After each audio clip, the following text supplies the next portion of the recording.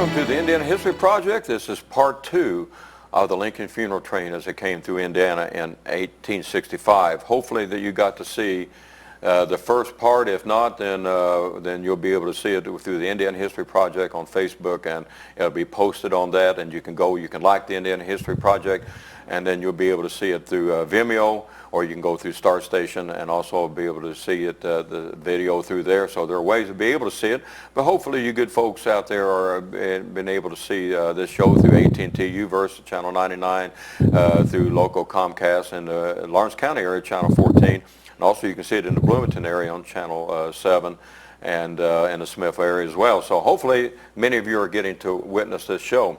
I'm your host, Norm Taylor. I'm with the Gosserts that are with Jim and Diana. Good to have you folks again with us today. Thank you. And this was just a fascinating journey. It would have been one that I wish I could have been on the train. This would have been something that would have been a once-in-a-lifetime deal. But the Gosserts, Jim and Diana, have also been playing a first-person impression of Mr. and Mrs. Oliver P. Morton, our great governor during the time of Civil War and a good friend of Abraham Lincoln. And so we were discussing in the first show of the actual putting together the funeral, the mourning, and so we have gone through now New York, and I wish I could have talked more about it, just time does not permit us to go and to talk about some of the great things that happened through the state of New York, through Pennsylvania, through Ohio. There could have been shows just on that itself, but our concentration is on the state of Indiana. So Jim, we're going to pick up to where now the train is beginning to approach the state of Indiana. It's made its way through Ohio, and Governor Morton is getting ready to enter the train. Can you pick us up at that point? Yes. The governor plus the Indianapolis representatives plus Senator Lane and some of the representatives from Indiana had boarded a special train in Indianapolis that morning and were already just east of Richmond. In other words, we were in the far western part of Ohio, where the train stopped at a station that no longer exists, from what I understand. It was an intermittent Ohio station. We boarded the train there for entrance into Richmond, in which once we crossed into Richmond over the Indiana border, I became the governor to take care of the body. I don't know what term you want to say. In other words, the body was in charge to govern Ohio under the adjutant General Edwin Townsend, who was the government representative from Stanton. Secretary of War Stanton had appointed him. But I was actually the person in charge of the body through Indiana. So there were actually 3 or 4 governors that actually was on, at one point in time, was on the train then? Yes. And but Governor Morton is entering the train here. I can remember the town you're talking about. It was in Ohio just before it entered. But so we're talking about the train is approaching Indiana about what time? This was very early in the morning. I believe it was around 5 o'clock in the morning. We're going to get to Indianapolis at 7 a.m., so it's very early in the morning. So sometime after midnight, 1 or 2 o'clock in the morning, that the train is approaching Indiana. Then already word had gotten out with the people that the train already, which had been on the tracks for some time, we're talking about now about around April 30th. Is that correct? Yes, this is April 30th. It's coming on Indiana. Folks, again, I want to show you the route map that is up there that for you guys to see, because again, we started in Washington, D.C. We went through some parts of Pennsylvania, through the state of New York, went south into Ohio, and then went west. Once we got to Columbus, Ohio, we headed west. So we're at this point, we're right on the border where Richmond is at, right? Yes. Okay, at Richmond then, again, it's going to be a repeat of some of the things that they've been seeing along the route. Did you read much about what happened at Richmond? Richmond was the first stop in Indiana. It was what they called the pause stop. In other words, they just paused long enough for some mourners. At Richmond, some ladies dressed in white with black trim, which had become very common along the route, boarded the train and placed some wreaths made of evergreens, which was one way of mourning was an evergreen wreath. They placed some of those on the casket, and they also placed a cross made out of white flowers on the casket and exited. I believe they allowed 6 ladies on in Richmond, and a couple of the Richmond town officials, the mayors and so forth, was permitted to pass through the car. And they had to be they had to be very time-oriented on this. They're very, very restrictive of who could come in and what. I mean, because you're always going to have unexpected delays that's going to happen, but they had a very strict schedule here to follow. Yes, the train was supposed to maintain 20 miles an hour between towns and 5 miles an hour through a town of nonstop. And if you had what they called the momentary stop, the engineer was supposed to stop for a set amount of time. It was depending on the town. Some towns got 2 to 3 minutes. Some got as much as 5 or 10. Do you remember about how long the train was stopped at Richmond? I believe it was about, this is supposed to be about like a 5-minute stop. It's not supposed to be long. It's not, but that, considering that whenever they stopped, like I say, for just a few minutes, 5 minutes was a pretty good length of time. Yes. For the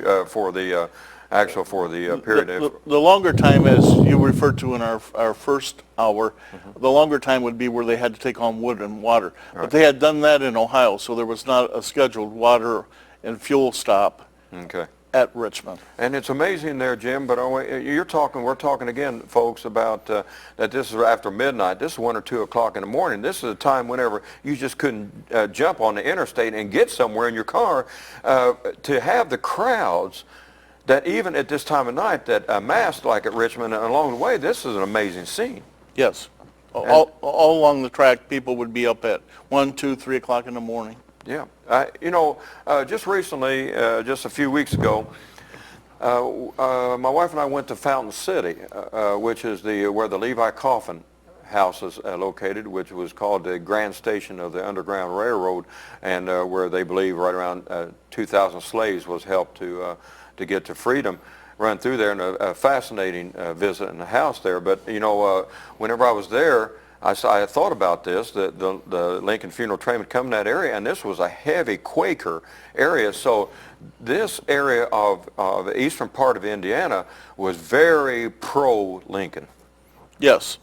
Yes. So it would even been large, even for that itself, because again, this was very pro. They voted Lincoln. They were a great supporter of Lincoln through the eastern part of Indiana. So this was Lincoln territory. The part of Indiana that the train goes through, which is Richmond to Indianapolis, Indianapolis to Michigan City, all that area was heavy Lincoln backers, heavy Republican area here in Indiana. The whole area was. And therefore, it was noted by the people on the train that once the train got into western Ohio and through Indiana, there was abundant amount of mourning displayed by those peoples of those states. Yeah. Folks, remember that Lincoln spent his formative years in the state of Indiana, in the southern part of Indiana, and so he's coming back now to the state that helped to mold him as a young man in the state, and he's passing through it for the last time. And people were aware of this, and so they came out in mass to view the Lincoln funeral train and hopefully get a glimpse maybe of the casket carrying Abraham Lincoln. We were able to go to some of the areas in which the funeral train, I would have loved to, Jim and Diana, have been able to just retrace the whole route as close as you could. I would have loved to start it at Richmond and just gone west and gone to as many as can, but time didn't permit that, and spend some time in Annapolis, then head north along this route. But we were able to get to some places. The picture that we have that I'm going to show you right now, which just looks like some green land there and a road. But what happened here, this is in Hancock County at Charlottesville.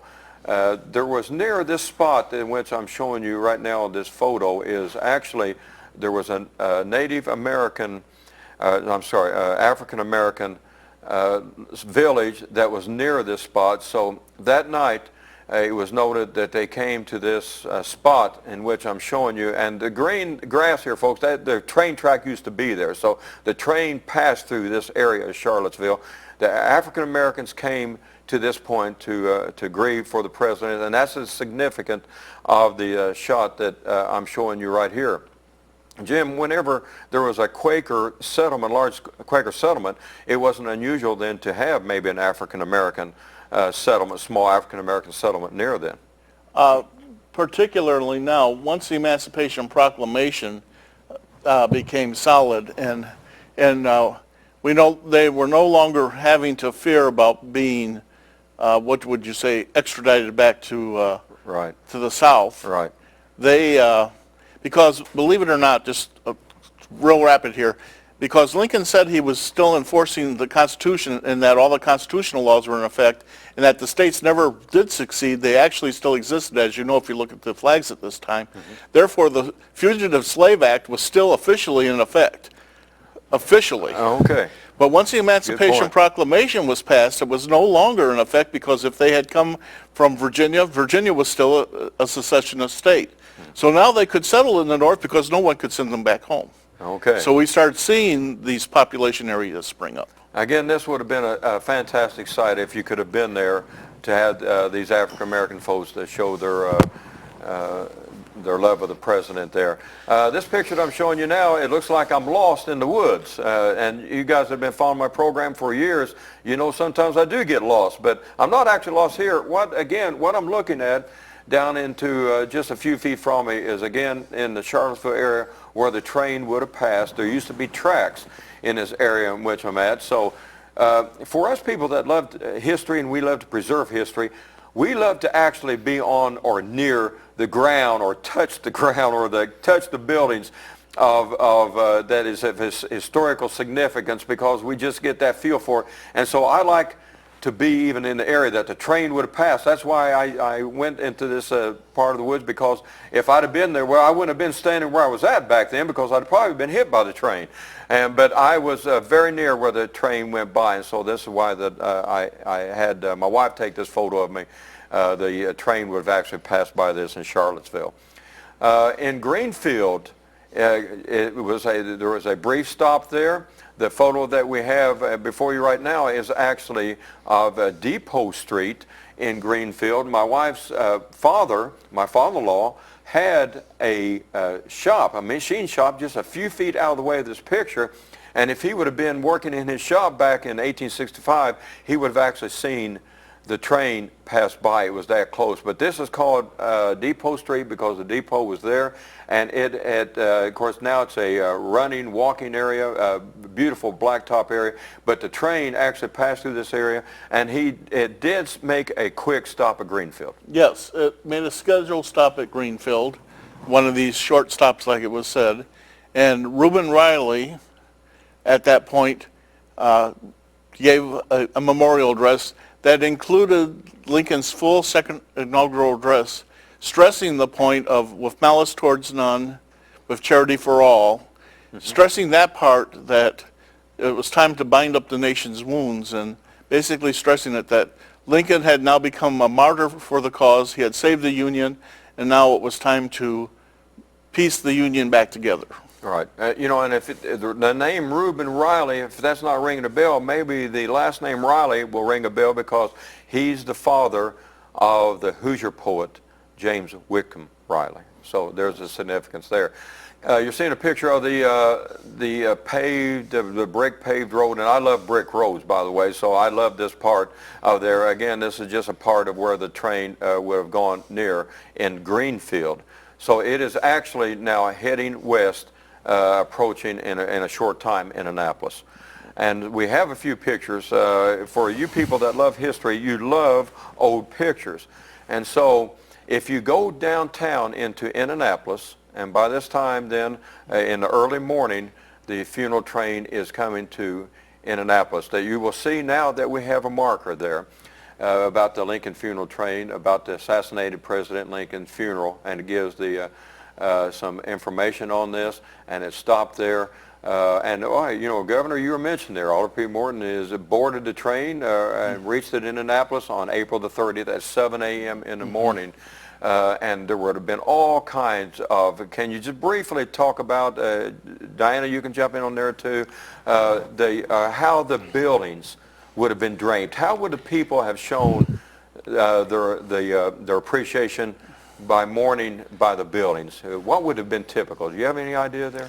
they would have purchased as much of the black material that they could, or they would dye it, and they would drape it from the window to window and around the doors, and maybe even cover the windows so that there would not be any reflection on the windows of anything. They covered their mirrors and everything during this time of mourning, but they would have as much black material as they could. They would also hang wreaths of evergreen on doors and windows, and maybe even drape evergreen around the windows and so forth. Yeah, so it would have been something that not only for the approach of the train and while the train was there, while Lincoln was there in Indianapolis, probably this morning stuff would have been around for a while. When you say before they would have actually taken it down? Yes, yes, Yeah. they would have had And it the up. problem we run into is when the train arrives in Indianapolis at 7 a.m., we run into one hellacious thunderstorm and rainstorm as only Indiana can have in the spring. And it was so bad that there was to be a procession and it had to be canceled because the rain was so bad. But mentioning the draping, they were saying the draping actually was getting soaked, and as we mentioned, it was black dye and so forth. There was black running off of this draping running down the walls of buildings, and the draping was sagging because of this horrendous rainstorm that hit. My goodness, this really put a kink in what they were wanting to do there, right? I mean, the train pulls into Union Station, and you were giving me some information on Union Station. We should want to show before we kind of get into this that these pictures were taken in the Indianapolis area, and boy, and this is a great shot again. This is one of these shots that you really appreciate about this, but that's actually carried the coffin of Lincoln, and so there. This is a great shot of that. This is, again, an Indianapolis shot. I have a few shots, I think, of this. But Governor Morton would be in a procession when the Lincoln casket was taken to this. This is the Capitol building in itself that was headed there, which he was going to lay in state for You can see the evergreen on the fence. Yes, good point, Diana. Yeah, and this is, again, my wife pointed that out as well. You can see some of the ways of mourning, the draped evergreen around the pillars, I believe, up there, and then you see the banners that is on the wall. So this is a great shot about that there at the Capitol building. Yep, and that little building that stands out, a lot of people mistakenly think that the body was actually put there for display. It was not. That was built to receive the casket. The horses drawn hearse would pull into that area. The guard removed the casket and actually carried it into the House of the Representative Chamber. So the body did not lay in that little receiving room that was built strictly to receive the casket. Okay, yeah, it's good information there. Okay, remember, folks, that everybody's coming in from Union Station from every direction in the world. I mean, they're coming in from the south, east, northwest, from out of town, from Cincinnati, from St. Louis, from just every direction. Everybody's trying to get through to that one place, so it would have been a madhouse during this time of the Lincoln funeral. Yes, we had the City Council from Cincinnati, City Council from Covington, City Council from Louisville, and the governor of Kentucky, all the honored guests of the governor, and he had them stay at the Bates House, the fanciest hotel here in Indianapolis, as his guests during this period. And the Bates House, by the way, that if you go downtown Indianapolis, there is an interpretive sign by the Bates House, because that's a place where Lincoln spoke as well. And so then these people stayed there on his return to the funeral. So, but he did speak in that area as well. I don't remember, did he stay at the Bates House or not? Yes, he stayed there during his inaugural train ride. Okay, good. And so that is great if you're going to follow this to visit that interpretive sign down there as well, where the Bates House stood. This again is a great picture of of what the carriage that carried the body of Abraham Lincoln that is headed for the Capitol building on return. And again, you see some of the soldiers. I can't see very well here, folks. You guys are probably seeing it better than I am, but there are some soldiers there, people that involved maybe with the escort, possibly, but a great shot. I think we have at least one more picture of Indianapolis. Yeah, this is Union Station, by the way. And you were giving me some information on Union Station there last night, Jim. Indianapolis Union Station is the first Union Station in the United States. If you would happen to look at maps along the way of this train, as this train turned, you'd find out that one station when the train came in would be on the south side of town, one would be on the north side. They'd have to switch across and load. But Union Station, all the trains that came into Indianapolis came to Union Station, which made switching from one train to another much easier than it was in a lot of the other cities they had to turn. And this was the first what they call Union Station because it was a union, not because of, a lot of people think, well, we're referring to the union that was being fought for in the Civil War. No, we're talking there, it's union because it's a union group of railroads that come in. Okay, good. So, Jim, let's try to paint the picture for what it was like here in Indianapolis for the people then. The train arrives in Union Station.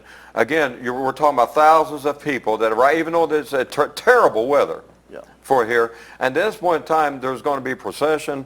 Who is involved? I know that Governor Morton will be on horse. General Hooker will be on horse, but pick us up from there. General Hooker and General Hovey. General Hovey is an Indiana general. And the governor, and also you have Senator Lang and 3 Indiana representatives, the 3 Republican representatives. Now you got to remember that Indiana doesn't have a lot of representatives at this time in Congress, but 3 of the Republican ones, they were what we call the honor procession. They would go first. Following that procession, you would have the members of the Honor Guard, and I can't remember their name right now, but you have... The Veteran Reserve Guard of Escort. Right. Yes. You would have the members that were not going to be the pallbearers. There's 29 members of that. Only 8 are used every time for the pallbearers. So you'd have the 21 of them marching, plus you'd have some Indiana troops marching in front. Then you would come along would be the hearse with the pallbearers marching alongside, 4 on each side, so that they would be there to remove the cast. Then behind that would be numerous other groups. You'd have bands playing dirges. You'd have ladies' organizations carrying their wreaths. But you got to picture this is all in a terrible rainstorm. Terrible rainstorm. At this point in time, Jim, would there have been any detours, interruptions because of the rainstorm at this particular time? Or was pretty much everything following the way it should? No, originally this was going to be a grand march that was going to take about an hour. They were going to go way up and around. Now you picture, Union Station is where it is today, and if you think of where the state capitol is, there's just that basic straight shot you can take, or you can meander, and the plan was to meander. So as the crow flies, it wasn't very far actually from Union Station to the Capitol building as the crow flies, but they were planning on taking an indirect route. But immediately they canceled that because of what was happening. Ladies' dresses were becoming, my wife can tell what happened because she was there. She can tell what happened to It was... And folks, I hope you get to see Diana's dress because I think hopefully maybe at the end we will get to see these good folks and the outfits that they have. And you have just a beautiful dress. All the ladies that are out there are just going to think it's beautiful. Dresses during this time were with hoops, and they took yards and yards and yards of material. So if you think of being in a pouring rain and you don't really have umbrella access or raincoat access, and you've got all this material that you have to try to keep dry. There's just no way you can do it. And there was multiple layering, right? Oh, yes. At this time, I've heard maybe 7 or 5, 6 or 7 layers. There's several layers under there, and once it starts getting wet, it just gets really heavy, heavier than it normally is. My outfit on today is about 25 pounds, so if you think about getting soaking wet with already dry 25 pounds, it just really gets heavy. And then the fabric's ruined because you've got your black trim that you quickly dyed and it really hadn't had a chance to really set, and that's running all over your white clothes or anything. And the ladies just had their outfits just totally ruined. And they're putting on their Sunday best. Yes, I mean, they're going to come in with the very best that they have. And mud. We have to remember that. That's there's a good mud. Good yes. point. Yeah. From the accounts I've got, we have men and ladies both slipping and sliding and falling in the mud. Just falling in the mud. Oh, my. And then walking in the mud puddles, and you've got your long skirts and stepping on that, and it's wet, and it's still under feet, so then you fall again, and it's... Oh, I could just imagine how bad I can't it imagine. is. Yeah, what a mess that would have been. I've been in a few raining situations in the outfits, and No, I don't think. And now Not what like we that. have to picture, though, is we get to the State House. The casket is taken inside. All these people are lined up, and I mean, the line goes down Washington Street all the way to East Street on one side and all the way to West Street on the other side.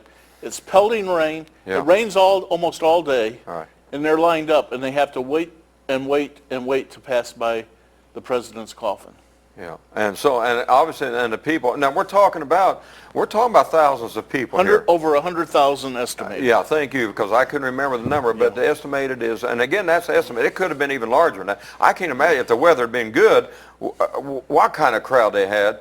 I don't remember what the population of Indianapolis would have been about that time. Well, but- they say they estimate that the city swelled by about another 30% with all these people coming in. Okay, so you can imagine, Indianapolis there's no way that it could have handled all of the situation for housing that would have incurred then, the feeding of this mass of people. I mean, what a mess this would have People been. were sleeping in the streets. No matter where the train went, people slept in the streets because there was not enough houses, enough hotels, enough Yeah. of that. And that's why it was important for the governor to make sure that these delegates from these other cities get in the Bates House. Well, so folks, for you people that live around Indianapolis, I know a lot of people watch us in the Indianapolis area.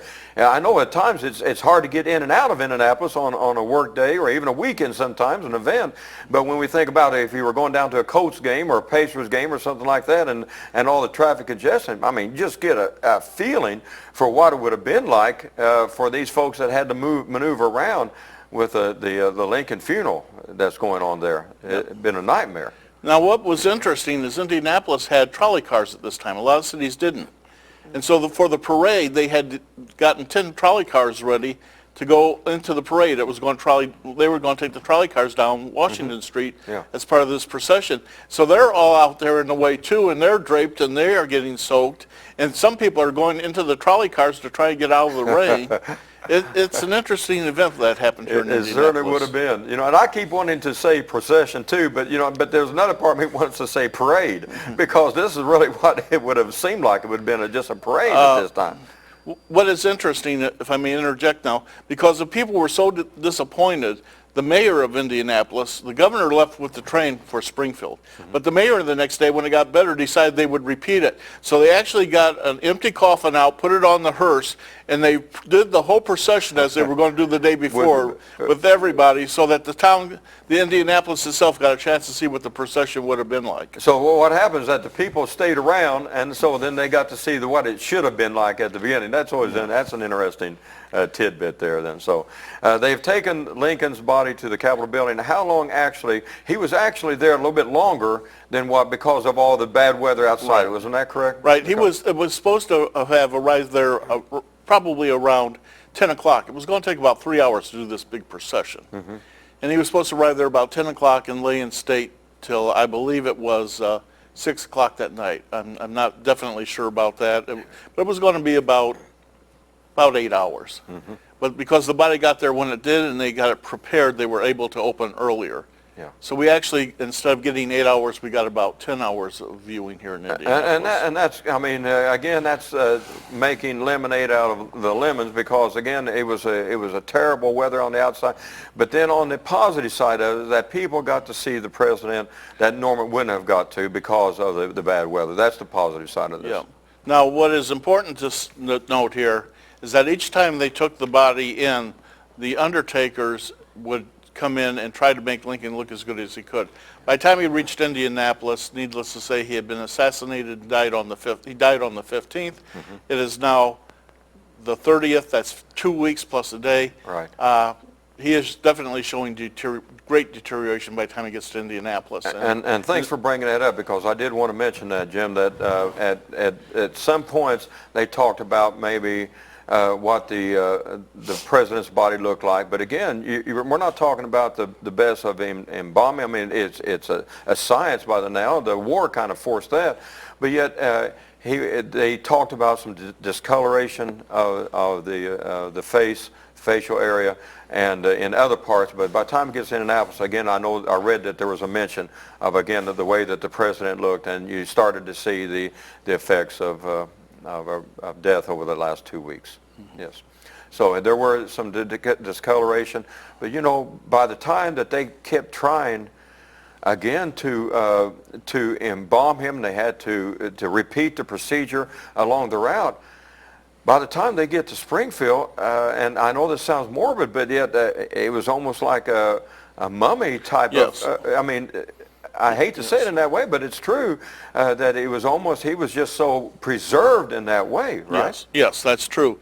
As a matter of fact, in 1901, before they interred him for the final interment, they decided they would look inside the casket, and when they did, they said you could definitely identify him as Abraham Lincoln. Yeah, and again, this is something that I read an article, Jim, a few years ago about the last person to ever see Lincoln, and it was about, again, when they opened the casket before they put him in the final location, and the way that the casket fell, that he got to see it. He was a young man at that time, and he talked about it later. But then it talked about the speckles, that they kind of the red and blue speckles, that they didn't know what it was at one time, but I guess it was a flag that had been laid there. Jim, something I just want to mention too before we leave this program. I mean, all these people that are pouring all these the flowers and the articles of grease on the train, what would they have done with all this stuff? You have any idea? As they wilted and perished, they got rid of them. They just threw them out the window. Except okay. that what is interesting in Indianapolis, there had been some preserved roses that had been placed in New York, and and Townsend looked at them, and they were starting to break apart like preserved roses would at this time.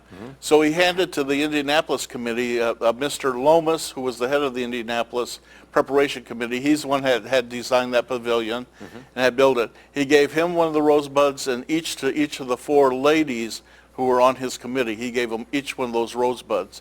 And supposedly they prized those rosebuds for years. I guess that there would have been probably other articles besides those flowers that would have been probably brought on the train that wouldn't have been perishable. I guess that there would have been very personal items that people would have brought. They wanted Lincoln. So and I really never read anything about this, but just thinking about it. They would not allow any personal items to be left. Okay. That was one of the strict rules of Stratton, that personal items. There was a priest who wanted to put a rosary in his casket in New York, and he was immediately rejected. They said there was to be no personal items. Okay. Flowers. They would put things along the tracks. So they would stuff, have been just along the track. There would have been all these personal mementos there. Okay, good. Yeah, that's interesting. So he's at Indianapolis then for an extended time. Then I think I read where about 155 people per minute, I think of what I read, actually got to file by the casket there in Indianapolis. And so you're talking about keeping it moving at a pretty good pace that time. But so many people, then thousands actually got to see the president. The rules as stated by Stanton that were held up by Townsend, General Townsend, was that nobody was to stop, and the lines were to be kept in full motion at all times. Okay. So then now that part of the funeral procession is over. They're taking Lincoln back, and he's boarding the train again at Union Station and starting the northern leg of the journey. It's my understanding that from this point to around Lafayette, that he's actually retracing part of the 1861 route, Yes. about 64 miles or something like that. Yes, he went in the 1861, when he came for the inaugural, he came Springfield to Lafayette to Indianapolis. That route that we are now taking is the exact route that he came in 60. Now, I don't remember, can you remember, Jim, it seemed like he went through Zionsville, and it was at Lebanon, and that area, then it's heading north at this time. Yes, there was a short stop at Lebanon, short stop at Thorntown, a major stop at Lafayette to refuel and to water and to switch trains, because the train had to be switched to another train to go up to Michigan City. Yeah, so this route, folks, from Indianapolis again north, is the only route of retracing the 1861 trip he took.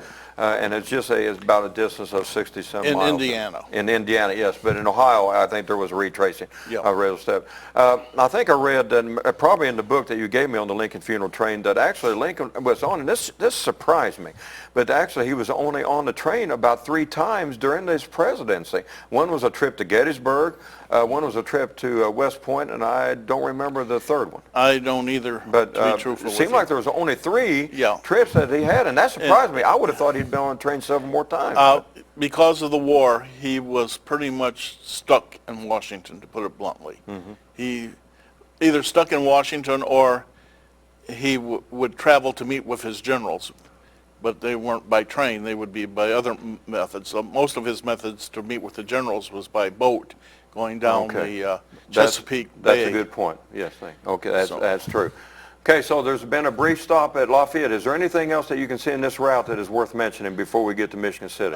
Not a whole lot. It's the same thing. We have outpouring. We have bonfires along the route. It is a night route. We have bonfires out there. We have people with the intermediate stops having a few minutes of prayer, but basically what has continued on throughout most of the train. I read a brief statement that the state of Indiana certainly outdid itself, though, in its expressions of mourning. Yes. Yes, and very much so. And the people turning out and so forth, well represented. Yeah, many of the houses, as in the dark here in Indiana, all the houses were lit up. And of course, these were either by gas lights or lanterns, but the houses as a whole were lit up. Not only did we have the bonfires and torches, but the houses themselves would be lit up to light the way for the train. Jim, at this point in time, then, as we're heading toward Michigan City, we're into May 1st at this point in time? Yes. Okay, so it's May 1st that we're finally to Michigan City.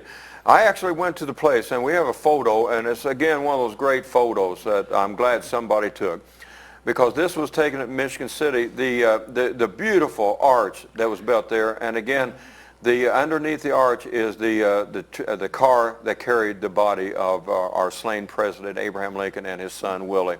And so it was stopped there. And this is just one of the great photographs, I think, of the whole. One of my favorites here because it shows a lot of things. It's not only the arch that the folks around Michigan City built, and I went to the train depot and actually got to see where they stopped at there in Michigan City. But again, it shows the picture of the train at the end of the train and the crowd that is amassed there. It also shows that. So that makes that just a real nice photo.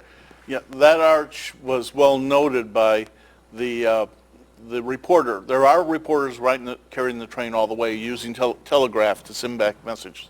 And the reporter from the Washington Post, who had been on the train, or Washington Sentinel, I don't remember which Washington paper it was, but he had been on the train from the start. He come back and he said that this arch at the Arch of Mourning, as he called it, at Michigan City, Indiana, was one of the best, if not the best, that he had seen along the whole route.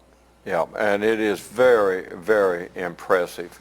And again, the great mass of people that ended up there. Do you know about how long they stopped at Michigan City, Jim? I don't remember myself. I believe Michigan City may have been a breakfast stop, Okay, which would so have it been was there 20 for a while to then. 30 minutes then. So again, there would have been hundreds, if not in the thousands, people that in the northern part of Indiana that got to come and pay the respects there at this point in Yeah, time. and they also had to switch a train here, which is why they believe they made it a breakfast stop.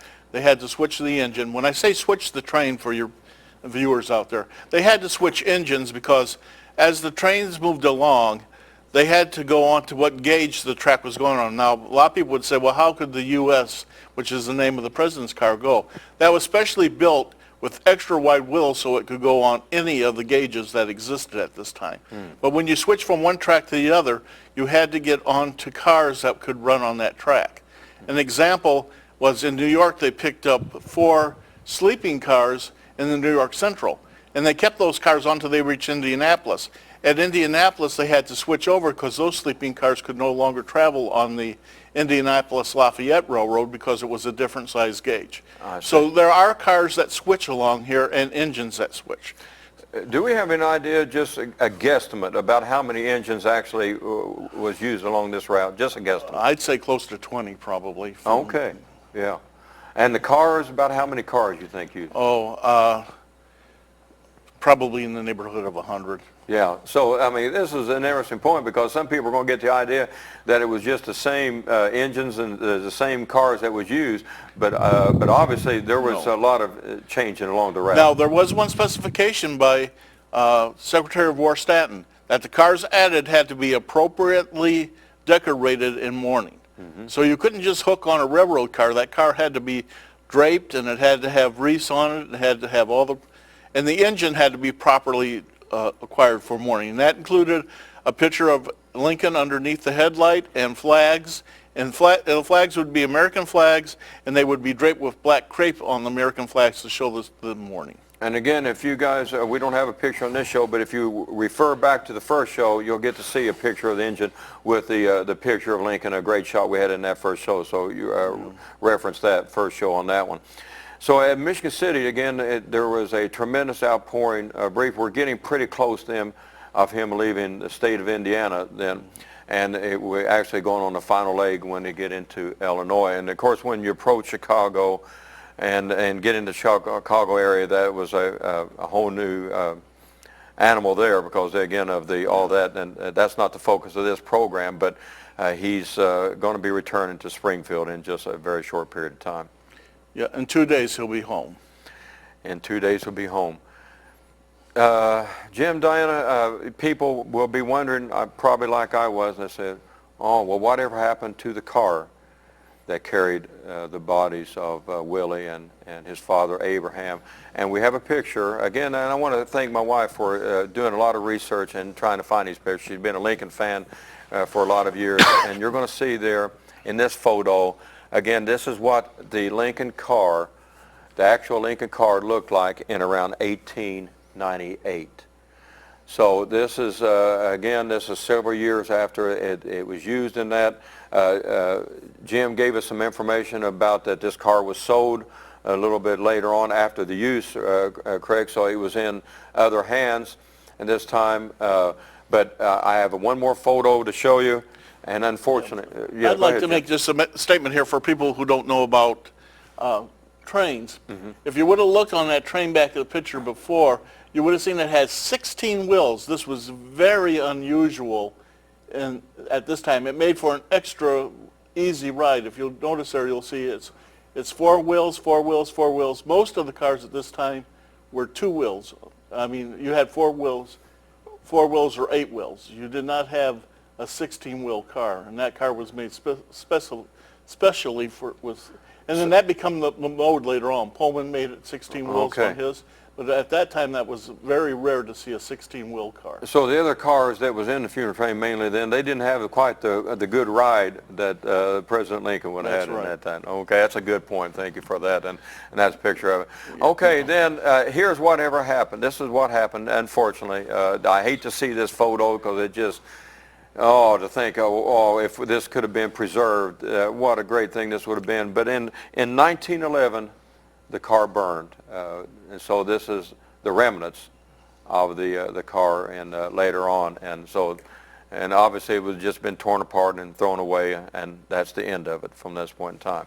I don't know, I can't remember, Jim, why the car burned or what happened with it, but that's what happened with it. I just noticed there's a footnote in the book I read that the car was sold immediately, and then that it did burn and caught on fire, but I don't know why. So we don't have it, even though that they are planning a reproduction of it, and later on in 2015, they are going to have reproduction. I'm hoping that this train will come through Indiana in that time, so we can actually go get to see it. What a great gift this would be for the state of Indiana. But this is where the train ended up in 1911 and 1901. Of course, the president was moved to his final resting place in Springfield. If you ever get a chance to go to Springfield, folks, it is well worth your time to go to the Lincoln Museum, to where he's buried at the mausoleum that he is buried in Springfield. Go to New Salem. Just visit these Lincoln spots. The Lincoln home that was in Springfield. This is well worth your trip. And I guess you folks, have you ever been to any of these or most of these? Yeah. And you agree with me, then it's just a fantastic area. If I may add a little point here. Sure. Still connected with Indiana. The governor and his group of people, including his son John, did board the train here in Indianapolis. They did go all the way through to Springfield.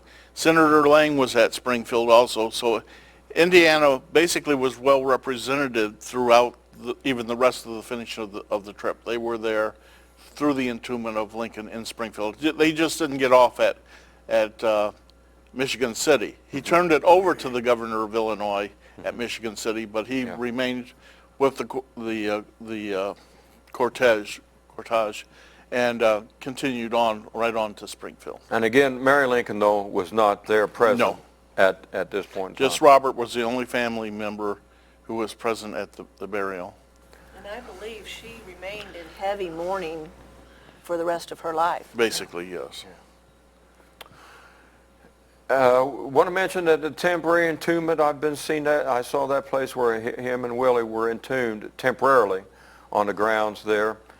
There were 2 attempts to steal the body of Lincoln from that temporary mausoleum. So when they put him in his final resting place, they put him under a lot of concrete, didn't they? Yes. And so he was buried deep because, again, they didn't want to repeat of someone trying to steal the body of Abraham Lincoln. Yes.